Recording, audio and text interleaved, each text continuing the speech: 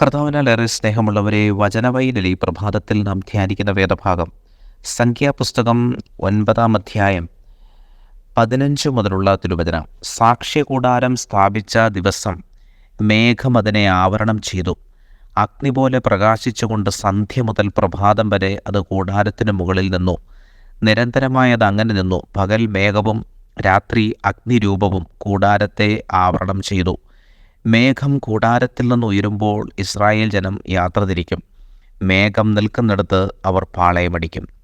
മരുഭൂമിയിലൂടെ, പ്രത്യേകിച്ച് ഒരിക്കലും തങ്ങൾ കടന്നു വന്നിട്ടില്ലാത്ത ആ മരുഭൂമിയിലൂടെ ഇസ്രായേൽ ജനം യാത്ര തിരിക്കുമ്പോൾ അവർക്കാരാണ് മരുഭൂമിയിൽ വഴികാട്ടിയായി മാറുന്നത്? ദൈവത്തിൻ്റെ അനന്തമായൊരു പദ്ധതിയാണ് നാം ഇവിടെ കാണുന്നത്. ഒരു മേഘം കൂടാരത്തിന് മുകളിൽ വന്ന് നിൽക്കുകയാണ്. അവർ താമസിച്ചുകൊണ്ടിരുന്ന, തമ്പടിച്ചിരുന്ന ആ സ്ഥലത്തിന് മുകളിലേക്ക് ഒരു മേഘം വന്നു നിന്നു. ആ മേഘത്തിൽ നിന്ന് നിരന്തരമായ പ്രകാശം കടന്നു വന്നു. രാത്രിയിൽ അഗ്നി പോലെ ഈ മേഘം പ്രകാശിച്ചുകൊണ്ടേയിരുന്നു എന്ന് നാം കാണുന്നു.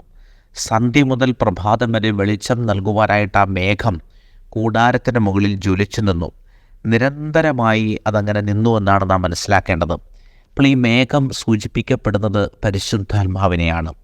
പരിശുദ്ധാത്മാവിൻ്റെ നിത്യമായ ഒരു സാന്നിധ്യമാണ് ഒരു വ്യക്തിയെ മുന്നോട്ട് നയിക്കുന്നത്. നമ്മുടെ ഒരു യാത്ര മുന്നോട്ട് കൊണ്ടുപോകുന്നതും ആ യാത്രയ്ക്ക് ആവശ്യമായ നിർദ്ദേശങ്ങളൊക്കെ നമുക്ക് നൽകുന്നതും ഈ മേഘമാണ്, അല്ലെങ്കിൽ പരിശുദ്ധാത്മാവാണ്.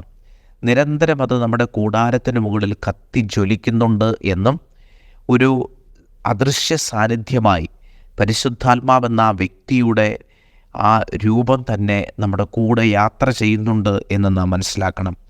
നിരന്തരമായി അതങ്ങനെ നിന്നു. പകൽ മേഘവും രാത്രി ആ മേഘത്തിന് തീപിടിച്ച് അഗ്നിരൂപമായും അത് കൂടാരത്തെ ആവരണം ചെയ്തു. മേഘം കൂടാരത്തിൽ നിന്ന് ഉയരുമ്പോൾ ഇസ്രായേൽ ജനം യാത്ര തിരിക്കുകയും മേഘം നിൽക്കുന്നിടത്ത് ജനം നിൽക്കുകയും ചെയ്യും. അത് വളരെ മനോഹരമായൊരു സങ്കല്പമാണ്.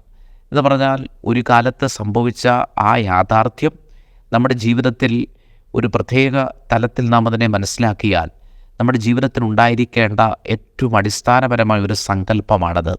കാരണം ദൈവം പറയുമ്പോൾ യാത്ര പോവുകയും കർത്താവ് നിൽക്കുന്നിടത്ത് കൂടെ നിൽക്കുകയും ചെയ്യുന്ന ഒരു ജീവിതം, ആ ജീവിതമാണ് ദൈവം നമ്മിൽ നിന്ന് ആഗ്രഹിക്കുന്നത്. പ്രിയമുള്ളവരെ, കർത്താവിൻ്റെ ഹിതത്തിനനുസരിച്ച് മുന്നോട്ട് പോകുവാനും അവൻ്റെ ഹിതത്തിനനുസരിച്ച് നിൽക്കുവാനും കർത്താവ് പറയുന്നിടത്ത് നിൽക്കുവാനും ആ ചൊൽപ്പടിക്ക് നിൽക്കുക എന്നുള്ളതാണ് ദൈവം നമ്മിൽ നിന്ന് ആഗ്രഹിക്കുക. ഒരു യാത്ര പൂർത്തിയാക്കുവാൻ ഈ ഒരു നിയന്ത്രണം നമുക്ക് ആവശ്യമുണ്ട്. ഒരു മേഘ സാന്നിധ്യം കൊണ്ട് നാം മൂടപ്പെടേണ്ടതായിട്ടുണ്ട്. അല്ലെങ്കിൽ ജീവിതത്തിൻ്റെ കടും വെയിലിൽ നാം ക്ഷീണിച്ചു പോകുവാനും തളർന്നു വീഴുവാനും സാധ്യതയുണ്ട്. ഒരു മേഘ സാന്നിധ്യമായി ദൈവം നമ്മുടെ കൂടെയുണ്ട് എന്നുള്ളൊരു ചിന്ത തന്നെ നമ്മെ ഏറെ ബലപ്പെടുത്തുന്നൊരു ചിന്തയാണ്. നമ്മുടെ ജീവിതത്തിൽ അദൃശ്യമായ ഒരു ദൈവ സാന്നിധ്യമുണ്ട് എന്ന് പറയുമ്പോൾ തന്നെ കർത്താവിൻ്റെ കരുതൽ എത്രമാത്രം നമ്മുടെ ജീവിതത്തിൻ്റെ കൂടെയുണ്ടെന്നും എത്രമാത്രം ദൈവാശ്രയ ബോധം നമുക്കുണ്ടായിരിക്കണമെന്നും വചനം നമ്മെ ഓർമ്മിപ്പിക്കുന്നു. ആ ഒരു രീതി അനുസരിച്ച് മുന്നോട്ട് പോകുവാൻ കർത്താവ് നമ്മെ സഹായിക്കട്ടെ. ഈ ദിവസം പരിശുദ്ധാത്മാഭിഷേകം കൊണ്ട് നാം നിറയപ്പെടട്ടെ. സ്നേഹപൂർവ്വം ആദർശിച്ച്.